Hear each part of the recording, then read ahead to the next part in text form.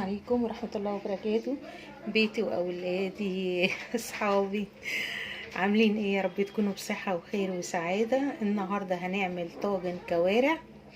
أنا جبتها وغسلتها وخدتها نص سلقة كده، وحطيت عليها قرفة ونعناع وورق لوري وحبهان في المية اللي أنا بسلق فيها علشان نغير الطعم بتاع الكوارع، يعني ما يبقاش فيها اي سن الزفارة، عشان الاولاد بس كده ايه ما بيحبوش اي حاجه فيها زفارة.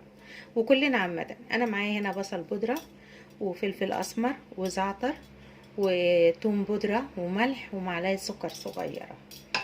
ومعايا هنا ده فلفل رومي اخضر وبصل وطماطم. انا حطيت كله على بعضيه هنا، قطعته كله في قلب بعضيه هنا عشان كله اخلطه في قلب بعض، ولما احط ابقى حاطه كله في قلب بعضيه.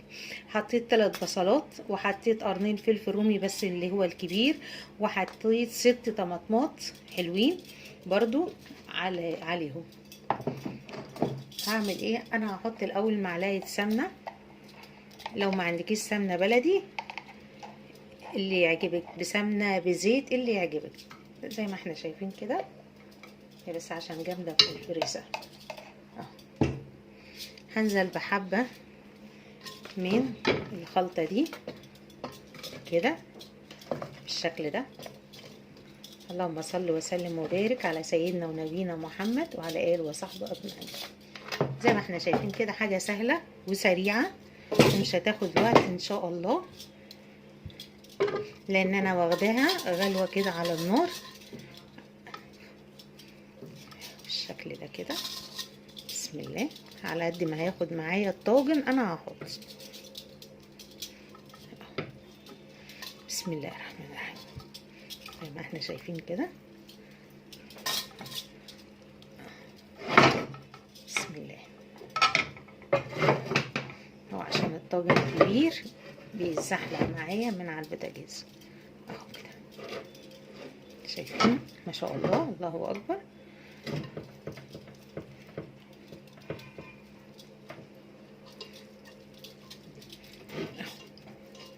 زي ما احنا شايفين كده.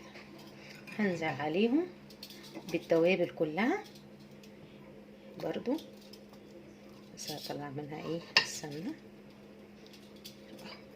هقلبهم كده في قلب بعضيهم، البصل على الثوم على الفلفل الاسمر على معلقه الملح على معلقه السكر، كله كده في قلب بعضيه. بسم الله الرحمن الرحيم.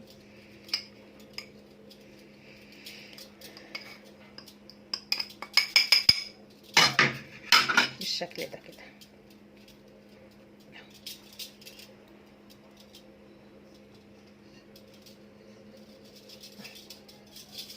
احنا ايدينا غسلينها قبل ما نبتدي نعمل اي حاجه في الاكل بتاع ولادنا، بنغسل ايدينا.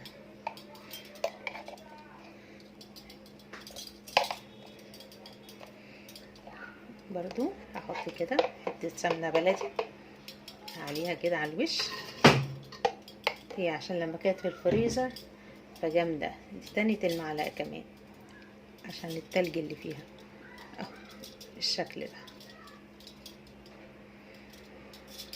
أكلة سريعة وسهلة جدا وما فيهاش تسبيكة اهو. هاخد بعد كده برضو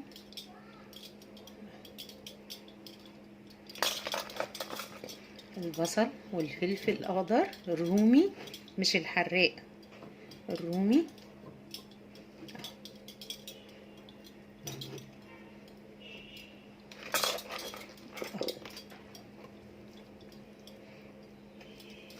انا اللي هيفيد معايا هعمله سلطه برضو، يعني ما فيش حاجه بتخسر معانا، كل حاجه سهله وسريعه اهو. هنزل بحبه الميه دول بتوع الطماطم والبصل والفلفل بالشكل ده كده. انا مش هحط ميه ولا هحط اي اضافات تاني خالص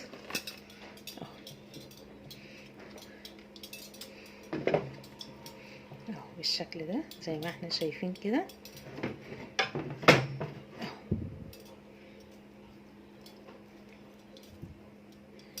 شايفين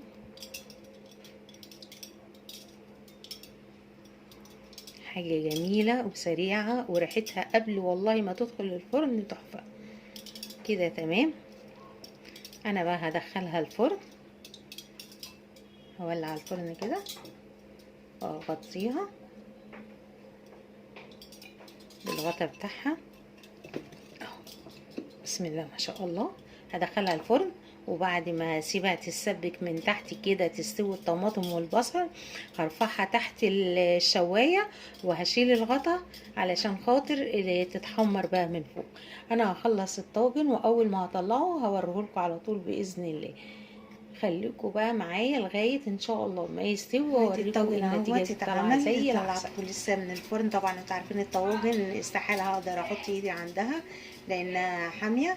ادي طاجن الكوارع، شايفين الطماطم طالعه جميله ازاي والفلفل.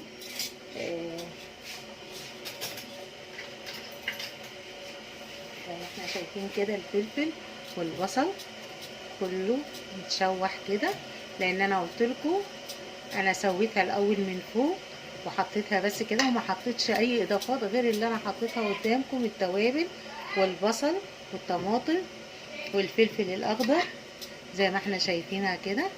ما شاء الله الله اكبر. شايفين الجمال، شايفين التحمير كده. الاولاد هيحبوها بالطريقه ديت، واتمنى يا رب كده تكون عجبتكم الطريقه بتاعتي وتجربوها وتقولوا لي ايه رايكم فيها. واشوفكم على خير ان شاء الله في فيديو جديد باذن الله، واحلى اكله واسهل اكله بدون تكلفه جامده. احنا عارفين طبعا الغلا والكلام ده، بس احنا نعرف نمشي بيوتنا كويس. واشوفكم على خير يا رب ان شاء الله، والسلام عليكم ورحمه الله وبركاته.